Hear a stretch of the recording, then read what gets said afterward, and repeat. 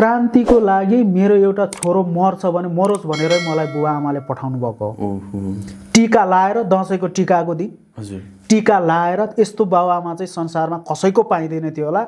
आफ्नो छोरो त्यति मेरो बुवा आमाले चाहिँ त्यति कन्ट्रिब्युसन गर्नुभएको छ कि मेरो जेठो छोरो क्रान्तिको लागि मर्छ भने मरोस् भनेर टीका लगाएर मलाई पठाउनु भएको के। त्यो दिन चाहिँ हामी हिँड्ने जनयुद्धमा हिँड्ने 4 जना युवाहरू गाउँबाट हिँड्ने हाम्रो प्लानिङ थियो।